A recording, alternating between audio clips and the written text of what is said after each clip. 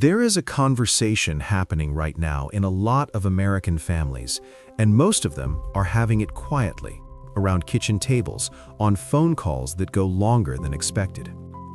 It sounds something like this: "Mom can't really be alone anymore," or "We can't keep paying $6,000 a month for that place," or "The kids need somewhere safe while we both work," or honestly, and this is the one nobody says out loud, "We actually want to be closer to each other again." And somewhere in the middle of that conversation, somebody mentions a Barndominium. Not because it's big, not just because it's cheaper to build, but because of something in the floor plan design. The way it separates without isolating, the way it connects without crowding, that traditional housing simply cannot do. Today, I want to talk about why three-generational Barndominium design has become one of the most requested conversations, and why the real reason has almost nothing to do with square footage. 3 generations under one roof. Why Barndominiums are being built for this, and what the data says about where American families are actually headed. There is a financial number hidden in this topic that stopped me when I found it. I'll give it to you in the second half. It changes the cost argument for multi-gen Barndominium buildings completely. Stay with me. Research from Generations United, a national nonprofit that has tracked this trend for over a decade, found that the number of Americans living in a 3 or more generation household nearly quadrupled between 2011 and 2021, a 271% increase in 1 decade. Their estimate puts 66.7 million adults in the US living in a multi-generational household right now. That is more than 1 in 4 American adults. Pew Research digs into the reasons. They found that about 68% of adults in multi-generational households, combining those who cite finances as a major reason and those who cite it as a minor reason, point to money as a factor. About 1/3 cite caregiving for an adult family member or child as a major reason. These motivations have been consistent for years. What has changed is the scale. NAR's housing data tells the purchasing side of it.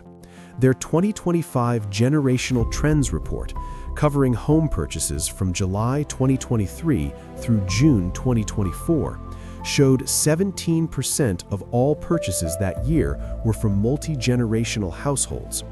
Their most recent 2026 report, covering July 2024 through June 2025, puts it at 14%, still 1 in 7 home purchases nationally. And caring for aging parents remains the #1 stated reason families are making this decision. This is not a trend that is going to peak and reverse. This is a structural shift in how American families are choosing to live. And the housing stock most Americans grew up in was not built for it. Why traditional homes fail this arrangement. Here's the problem most families run into when they try to make multi-generational living work in a standard house. The typical American home was designed for one nuclear family. There might be a guest bedroom, maybe even a basement suite, but the bones of the structure don't accommodate genuine independence from multiple generations. The bathrooms are shared, the entrances are shared, you can hear everything from every room. The grandparents' bedroom is directly next to the grandkids' playroom. According to a 2024 survey of over 1,000 Americans by Lombardo Homes, 62% of people living in multi-generational homes cited lack of privacy as their primary challenge. Not cooking disagreements, not different schedules, but privacy. The physical inability of the building to give different generations their own genuinely separate space while still living under the same roof. That is an architectural problem, not a family problem. And it is exactly the problem that the Barndominium format, with its clear-span steel construction, its flexible wing layouts, its ability to create genuinely separate zones without separate structures, was practically built to solve. How the Barndominium solves it structurally. What makes the Barndominium structurally suited to three-generation living is not the size, it's the clear-span framing. A steel clear-span Barndominium has no load-bearing interior walls. That means you can put the walls exactly where the family dynamic requires them. You can create a fully self-contained suite on the opposite wing of the building from the main family living area. Its own bedroom, its own bathroom, its own kitchen, its own laundry, its own entrance directly from the exterior. Not a converted basement, not a partitioned guest room, a purpose-built independent living unit that shares a roof and a property and nothing else, unless the family chooses it. Purpose-built multi-generational Barndominium plans incorporate ADA-compliant 36-inch doors throughout the in-law suite, wider hall widths for walker and wheelchair access, and single-story layouts designed specifically for aging in place. These are not afterthoughts, they are the primary design brief. The acoustic separation between wings, which comes from spatial distance, insulated wall assemblies between zones, and often a shared garage or utility section acting as a natural buffer, is what makes the arrangement livable long-term. The grandparent isn't woken up by the toddler at 6 a.m. The teenagers can't hear the grandparent's 9 p.m. news program. Everyone gets a real night's sleep.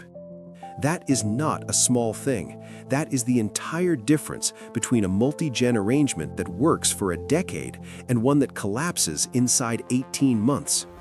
Here is the financial number I promised you.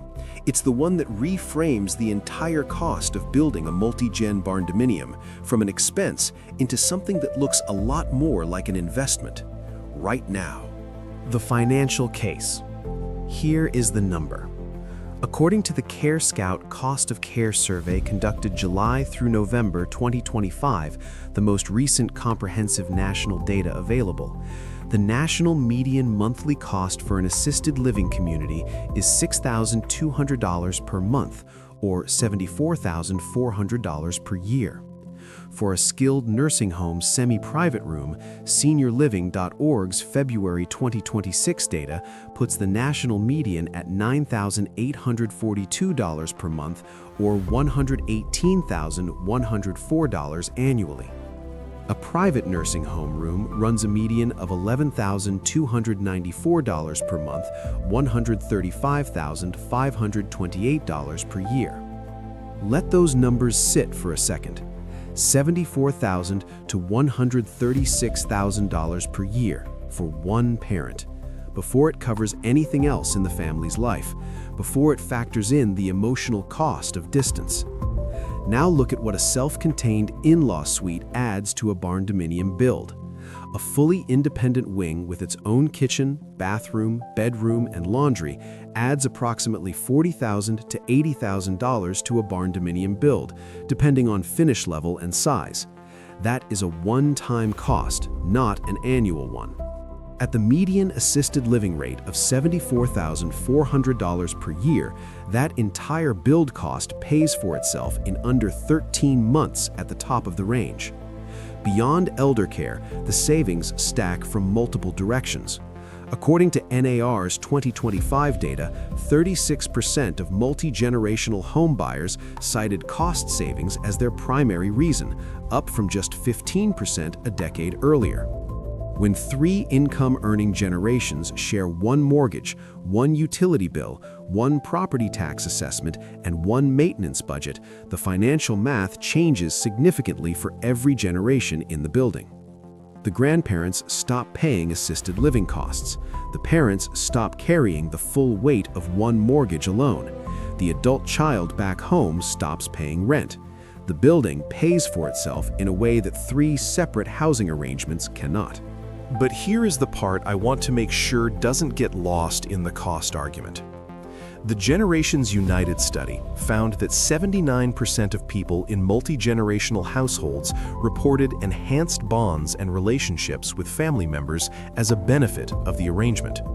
76% reported positive impacts on their personal mental or physical health. And 72% said they planned to continue the arrangement long-term, not because they had to, but because it was working. Families may come together for need, but they are staying together by choice. That is a direct quote from Donna Butts, Executive Director of Generations United, commenting on their data. And I think it is the most important sentence in this entire conversation. When grandparents live across a courtyard or down the hall from their grandchildren, present but not crowded, involved but not intrusive, something happens that cannot be replicated by a weekly Sunday dinner or a biannual holiday visit. The kids learn things. The grandparents feel needed. The middle generation, managing 2 careers and a mortgage, and their parents' health and their children's school schedule simultaneously, gets real help they didn't know how to ask for. The Barndominium doesn't manufacture that connection, but it creates the physical conditions where it becomes possible. The right building makes the right life easier to live. What 3-generational Barndominium design actually looks like. In practical design terms, here is what the best 3-generation Barndominium layouts have in common. First, genuinely separate entrances, not a connecting interior door, an exterior door directly to the suite from the carport or courtyard. That single feature determines whether the arrangement feels like independent living or feels like a guest room. Second, a shared great room or kitchen that sits between the zones without belonging exclusively to either one. The space where everyone is welcome by default, but neither generation has to walk through to reach their own space. Third, single-story design throughout. Steps are the enemy of aging in place. A single-level Barndominium, which clear-span steel construction makes straightforward, keeps the whole building accessible for every generation at every age. And fourth, outdoor connection between zones. Whether a covered walkway, a shared courtyard, or a wraparound porch that faces both wings, the outdoor space is where the generations blend most naturally. It doesn't need to be scheduled, it just happens. The reason Barndominiums are being designed for 3-generational families is not just the square footage or the steel frame or the cost math, though all of those things are real and they matter. It's because of the floor plan flexibility the Barndominium format offers is the closest thing residential construction has produced to a building that can actually hold the full complexity of a modern extended family. The need for privacy and the need for presence, independence and support, all at the same time. If your family is having that quiet conversation right now, the one around the kitchen table about what comes next, this format is worth taking seriously. Drop a comment and tell me where your family is in this. Already living in multi-gen and making it work? Planning a build around this? Or still figuring out if the arrangement would actually fit your situation? I read every comment and answer build questions personally. This community knows things. If this was useful, share it with the family member who needs to see it. Subscribe for more. See you in the next one.